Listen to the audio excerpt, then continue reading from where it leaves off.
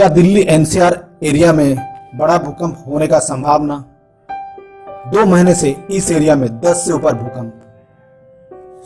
क्या नेचर रूठ गया है इंसानों के ऊपर? एक के ऊपर एक मुसीबतों का पहाड़ टूट रहा है। एक तो कोरोना से बेहाल, हालत दिन के दिन बदतर होते जा रहा है। ऊपर से टिड्डे का उपद्रव नष्ट कर रहा है फसल। उधर आमफान ने तबाह कर दिया इलाका। ऊपर से दिल्ली एनसीआर एरिया में बार बार आ रहा है भूकंप। 12 अप्रैल से 3 जून में 11 बार आ चुका है भूकंप का झटका। कितना झेल पाएगा इंसान? 12, 13 अप्रैल, 10 में उत्तर पूर्व दिल्ली का वजीरपुर, 15 में उत्तर दिल्ली का रोहिणी, 29 में दिल्ली से 65 किमी दूर रोहतक। 3 जून दिल्ली बार बार भूकंप का झटका महसूस किया गया है। हालांकि रिक्टर स्केल में इसका तीव्रता 5 से कम है, इसलिए खतरा कम है। लेकिन बार बार छोटी छोटी झटका बड़ा भूकंप का संभावना तो नहीं बन रहा है। पहले देखा गया छोटी छोटी भूकंप के बाद कैलिफोर्निया में बड़ा भूकंप आया।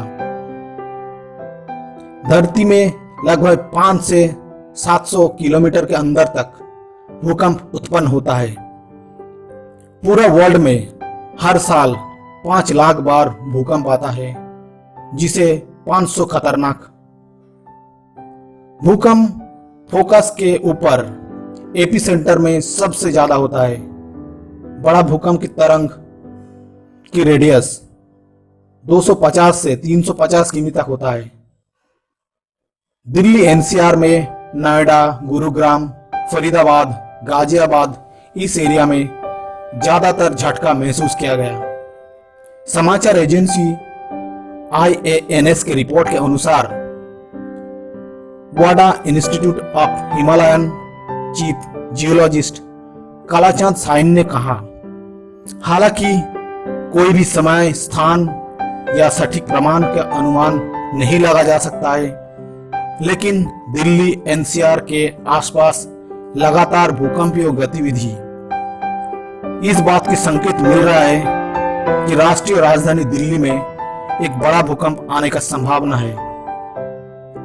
डॉक्टर साइन ने चिंता जताया, मार्किन जियोलॉजिकल सर्वे द्वारा दोहराया जाया है, जिसमें कहा गया है कि कोई छोटी हरकत लगातार उच्च परिमाण भूकंप का आगाह तो नहीं है। हालांकि इस बात का कोई गारंटी नहीं है। डॉक्टर साइन ने कहा, दिल्ली में भूकंप पड़ने का और एक रीजन ये भी है, लोकल फॉल्ट सिस्टम बहुत एक्टिव है। उन्होंने कहा, दिल्ली के आसपास इस तरह की फॉल्ट सिस्टम 6 से 6.5 के आसपास परिमाण भूकंप उत्पन्न करने में सक्षम है। दिल्ली एनसीआर जोन इस भूकंप जोन 4 में आ रहा है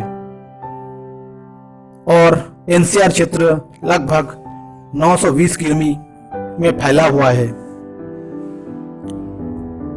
दिल्ली एनसीआर अत्यधिक सिस्मिक जोन में है। Jammu Indian institute of technology का प्रोफेसर चंदन घोष संवाद संस्था को बताया, एक बड़ा भूकंप इस करोड़ों आबादी एरिया को तबाह कर सकता है। उन्होंने बताया, भले ही दिल्ली एनसीआर भूकंप जोन 4 में आ रहा है, लेकिन ज्यादातर बिल्डर्स BIS को मानने का अनुरूप नहीं है। आर्किटेक्चर और बिल्डर्स के बीच एक गठजोड़ हो रहा है, जो कि भूकंप प्रतिरोध कोड के समझौता कर रही है। अगर किसी तरह बड़ा भूकंप आए तो इसका परिणाम बहुत ही गंभीर होगा। उन्होंने ये भी कहा, दिल्ली में रिक्टर स्केल 6 भूकंप आने से बहुत इमारत मिट्टी में मिल जाएगा।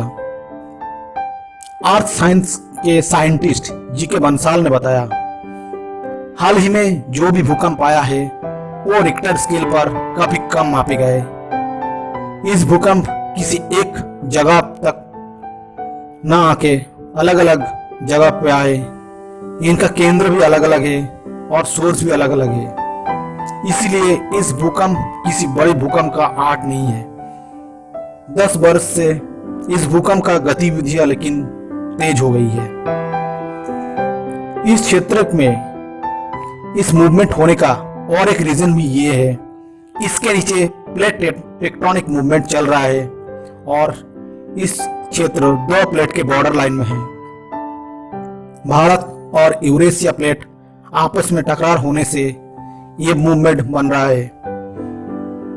और कुछ साइंटिस्ट का कहना है दिल्ली इलाका यमुना नदी के द्वार पे बना हुआ है और इसका मिट्टी में बालू का मात्रा ज्यादा है।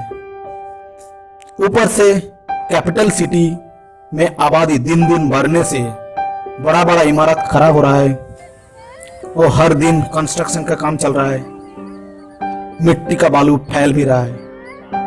सुप्रीम कोर्ट दिल्ली एनसीआर क्षेत्र की हर इमारत को डैमेज कितना ये मेंशन करने के लिए बोला गया है। 70% होने से रिपोर्ट मांगा गया है। एक तो दिल्ली इंडिया का कैपिटल सुरक्षा के हिसाब से इम्पोर्टेंट भी है।